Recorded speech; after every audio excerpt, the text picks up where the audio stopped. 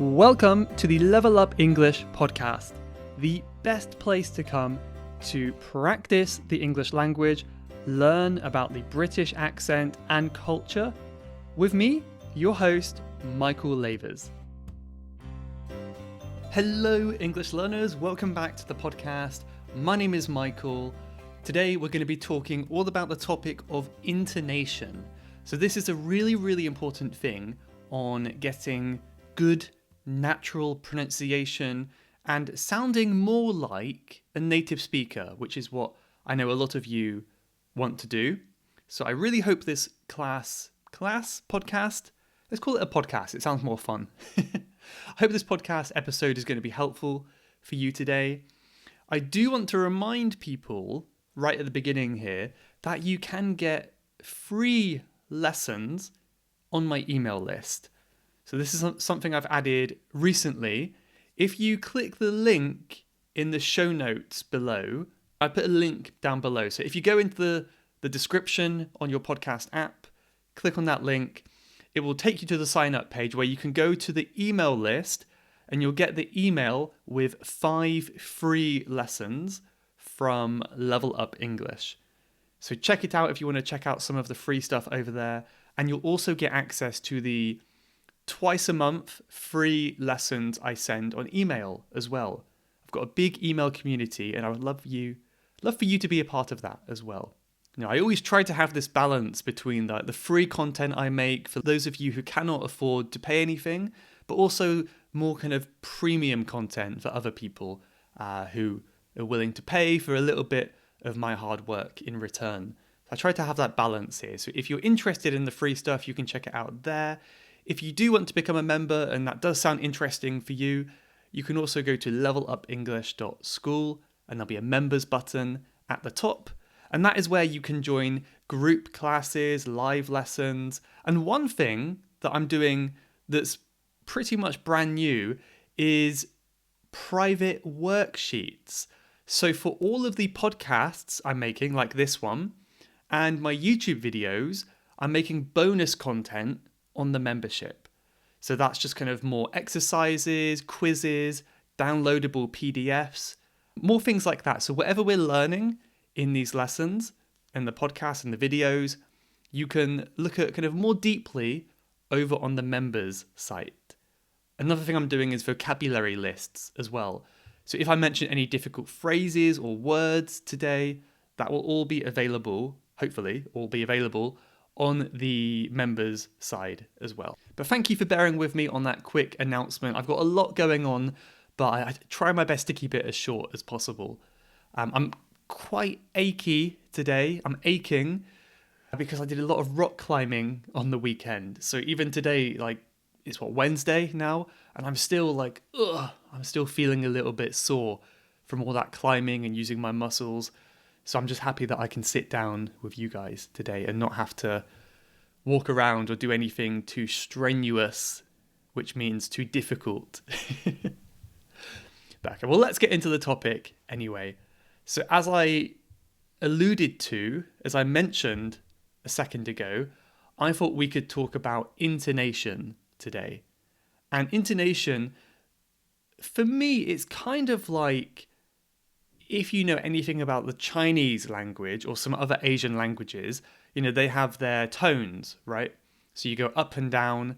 And for those of you who don't know, in Chinese, depending on what tone you use, the meaning of your word will actually change, which is really confusing. And I still can't get it right. As you know, English does not have these tones.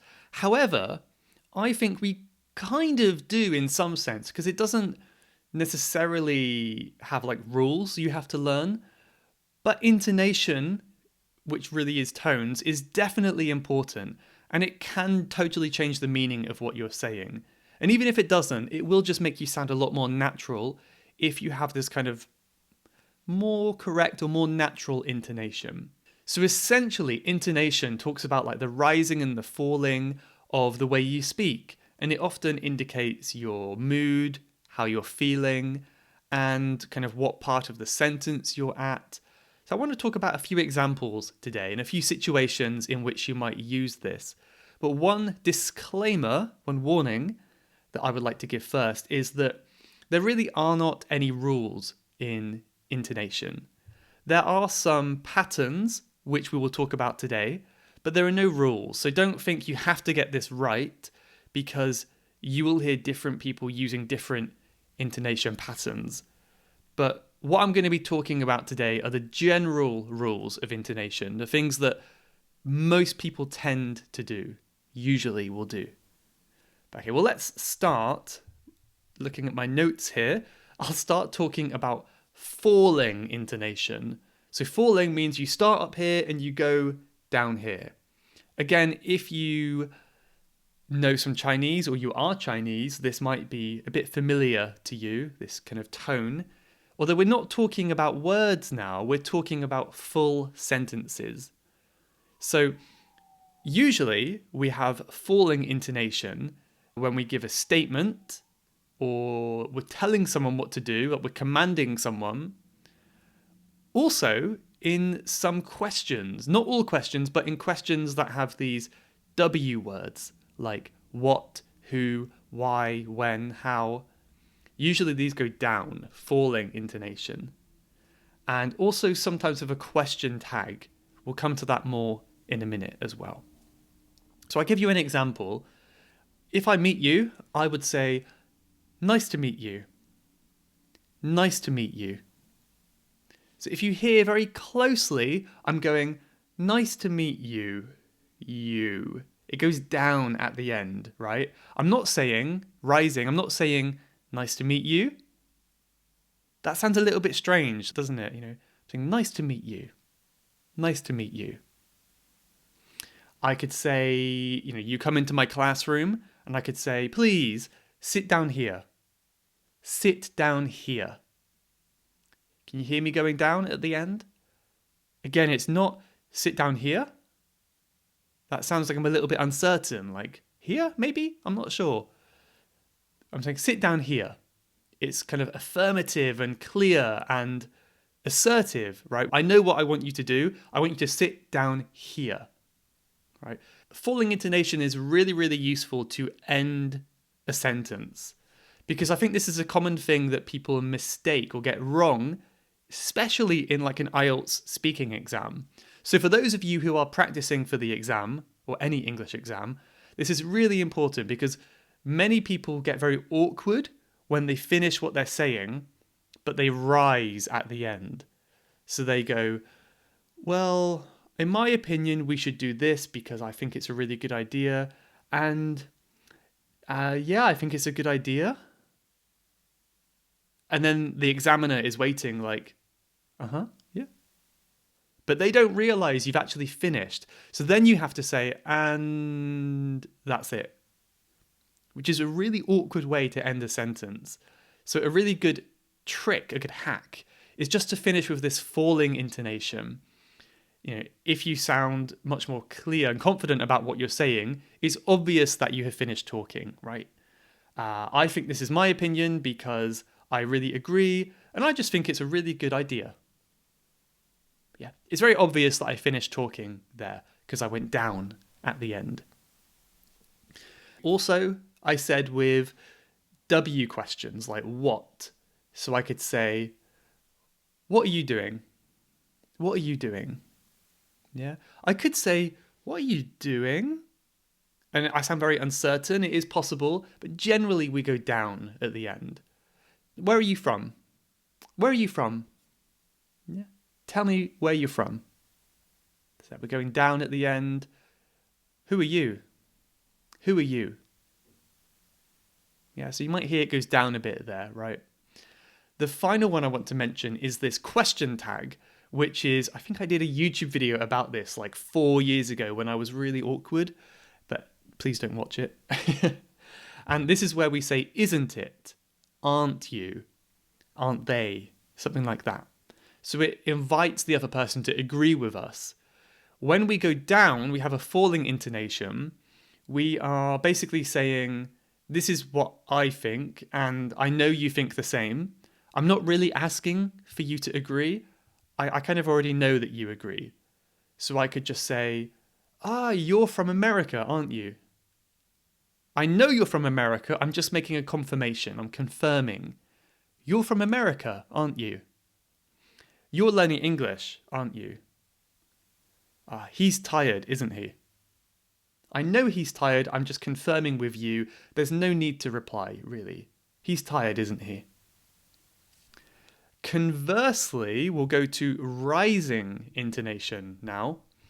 Rising is just the opposite, where we go up, and often it sounds a bit more uncertain, but also I guess it kind of invites the other person to keep talking about something. As I said a second ago, it tells the other person that you're not finished with what you're saying. If you rise at the end, that often means you have something more you want to say. And some question tags, we use this, but only question tags that require a response, that we want the other person to reply. It's a real question. We also use it for yes/no questions as well. So I'll give you an example. It's amazing, isn't it? It's amazing, isn't it? So I'm going up, isn't it? At the end. So the reason I'm going up is because I'm not really sure if it's amazing. Is it amazing? It's amazing, isn't it? Do you agree? I'm quite uncertain about it. So it's a really subtle difference that actually changes the meaning quite a lot, and it will affect the other person's response, right? You don't eat meat, do you? You don't eat meat, do you? Rather than, you don't eat meat, do you? It's, you don't eat meat, do you? I don't really know. I kind of forgot. Do you eat meat or no? Let me know. Right, so see if you can think of some examples for yourself, and also for yes and no questions too. So, excuse me, do you sell... What's a good product? I'm looking at my plant over here. Do you sell plants? Do you sell plants? Yeah? We're going up because we want them to reply, and we're not sure if they do sell plants or not. Michael, do you make videos? Do you make videos? Yeah? So we're going up at the end, right? The final one that I would like to mention, which is, I think, the most interesting one, which is a rising then falling intonation. It kind of makes that mountain shape where you go up and then you go down. And we use this usually for lists. We use it when we're making a list of different items. We use it for choosing between two different things. And we use it for conditional sentences with if or when. But also if we have a thought that is unfinished. If you're thinking about something and you haven't quite finished it, then we'll do this too. So I'll give you some examples now. If you go to a restaurant, the waiter will probably ask you, would you like Pepsi or Coke? Yeah, did you hear that there? Would you like Pepsi or Coke? So when we have the first choice, we go up, and the final choice, we go down at the end. If you go to the hairdressers, like I do all the time, of course, you might be asked, do you want it cut long or short? Long or short? Oh, it's a little bit sunny today. Should I wear long sleeve or short sleeve? Long sleeve or short sleeve? PlayStation or Xbox? Yeah, so think of some more examples. Practice yourself. Any choices, we usually use this pattern. Up, down, up, down. Okay, like a mountain. If I'm going shopping, I might have a shopping list where I will say, I need to buy milk, bread, vegetables, fruit, and potatoes. So this is a bit different because it's a long list and we go up for every single item on the list until the final one where we go down. So I've got lots of people in my room. I've got John, Sally, Pete, Donald, and Michael. Yeah, so it's a very natural way of making a list. Up, up, up, up, up, down. Okay, think of some situations again for yourself. And finally, I said also with conditionals, right? So I've been over this a lot in previous podcast episodes, but a conditional would be like, if it's cold, I will stay at home. So again, it's that mountain shape. The first part we go up, the second part we go down. If it's cold, I will stay at home. if my laptop breaks, I cannot record a podcast. If you guys are interested, please join my membership. Yeah. So any conditional, we do that. Again, for any of these examples today, I would recommend you guys to speak it out loud, whether you are on the train, in the car, at work, doing the washing up, walking the dog, whatever you're doing, speak out loud. You look like a crazy person, and I think that can help you a lot. But that's really the main thing I wanted to talk about today. That's the main thing. I want to keep it quite simple, so I keep it there. We had rising, falling, and then rising, falling intonation. And this is something that I don't think I've covered before on this podcast. And I know I don't often do more kind of like lesson-y grammar stuff these days, but I think this will be a useful one because I get questions about it a lot. So now I can just send them this podcast, right? So if you're watching this from a message I sent you, then hello to you. But yeah, I've still got a lot more coming up this week. So if you are interested in a little bit more from me, every Friday, including this Friday, I am making a private podcast. And I'm going to be talking all about healthy mindsets. This is a topic I'm so excited to talk about. And it's just kind of having healthy ways to look at the world. How to have your mind in a certain frame in order to have a healthy and happy life, just from my own opinion.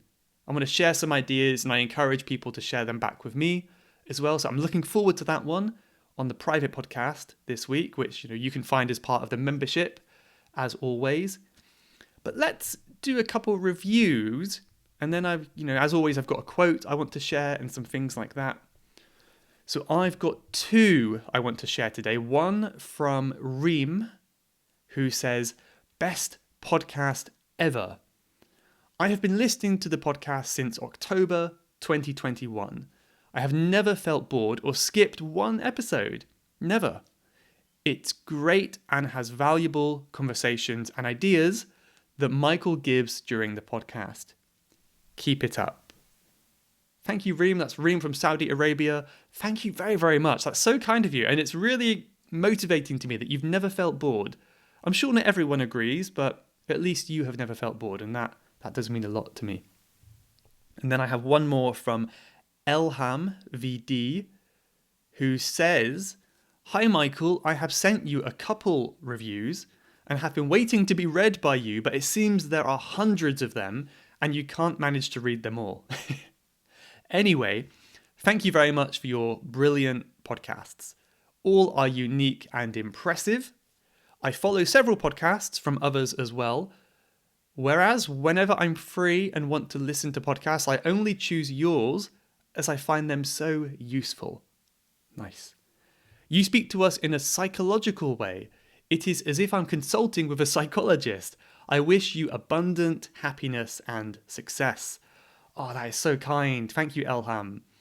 Sorry if I did miss your reviews. You are right. I am very blessed, very happy that I get quite a few reviews. So yeah, you're right. I cannot keep up with them so easily. I will do my best to read everyone's eventually. So please keep them coming, guys. I do like them. But it might take a while. Usually if you leave a review, it might be read many, many weeks in the future. So be patient. But yeah, thank you so much. I really appreciate the review and the kind words. That's so nice. And if anyone else has any feedback for me or the podcast, let me know. It sounds like you're enjoying the podcast so far, but I'm always happy to hear from you if there's any way you think I can improve or do better or make these podcasts more enjoyable for you. And I guess that's it. I will read a quote. So every Friday, I post a picture from my life, just something to give you guys an update if you're interested. But I also post a quote with that picture to give a little bit of inspiration over your weekend and the week. This one is one I've heard many times before, and I really like it. And I may have read it out before on the show, but anyway, the same boiling water that softens the potato hardens the egg. It's what you're made of, not the circumstances. The same boiling water that softens the potato hardens the egg. Yeah, so that, I don't know, I find this one so fascinating that boiling water isn't necessarily good or bad. You know, the circumstances are not good or bad. It's what you're made of. Are you going to soften like a potato, or are you going to harden like an egg and get stronger? So to me, this quote means when we face adversity, trouble in our lives, we have responsibility, how we respond to that. And I think we can get stronger. When you feel low in your English journey, when you feel disappointed with yourself, use that as kind of motivation to get stronger and improve, right? But yeah, this quote will be on my Instagram page, perhaps this Friday? I'm not sure. But anyway, I'll leave it here for today, but thank you very, very much.